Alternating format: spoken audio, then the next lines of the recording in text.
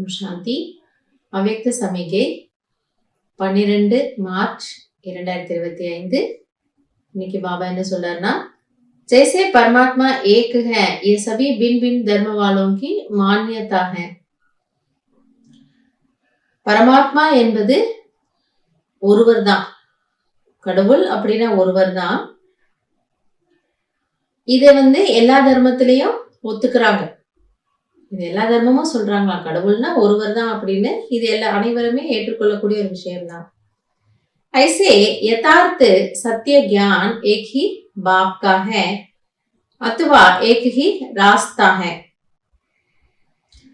ये आवाज जब बुलंद हो तब आत्माओं का अनेक तिनकों के सहारे तरफ भटकना बंद हो. सो எப்படி பரமாத்மா ஒருத்தர் தான், கடவுள் ஒருத்தர் தான் எல்லாரும் ஒத்துக்கிறாங்களோ அதே போல அவருடைய ஞானமும் ஒன்றுதான்.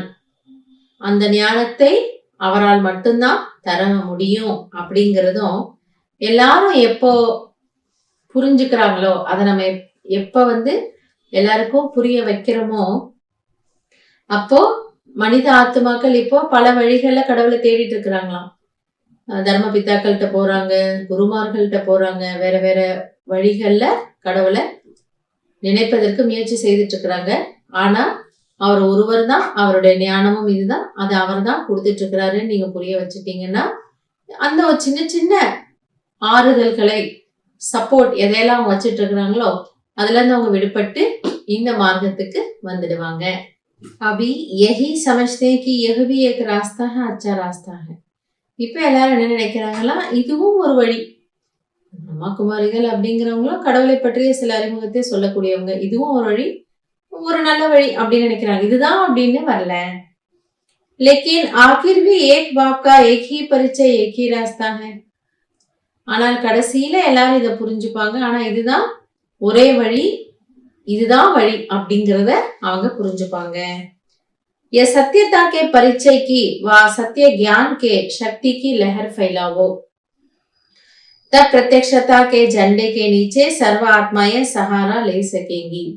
எனவே இந்த ஒரு பிரத்யக்ஷதா இது சத்தியமான ஞானம், இது சத்தியமான அப்பா கொடுக்கக்கூடியது, இதுதான் உண்மையான ஞானம், இது அவரே சொல்லக்கூடியது, அவர் ஒருவர் தான் அப்படிங்கிற அந்த உண்மையை நீங்க எப்ப வெளிப்படுத்துறீங்களோ அப்ப அந்த பிரத்யக்ஷதா ஏற்படும். அப்ப எல்லாருமே பாபா கிட்ட ஓடி வந்துடுவாங்க. அந்த கொடியை அசைக்க விட்டீங்கன்னா அது கீழே எல்லாம் வருவாங்கன்றதுடைய அர்த்தம் என்ன? எல்லாரும் பாபாவை தெரிஞ்சுக்கிறாங்க, புரிஞ்சுக்கிறாங்க. கடைசியில அவங்க பாபா கிட்ட சேர்ந்துடுவாங்க. எனவே சத்தியமான ஞானம் இது ஒரே வழிதாங்கிறது தான் நம்ம என்ன பண்ணணுமா, எல்லாருக்கும் புரிய வைக்கணும். நல்லது. ஓம் சாந்தி.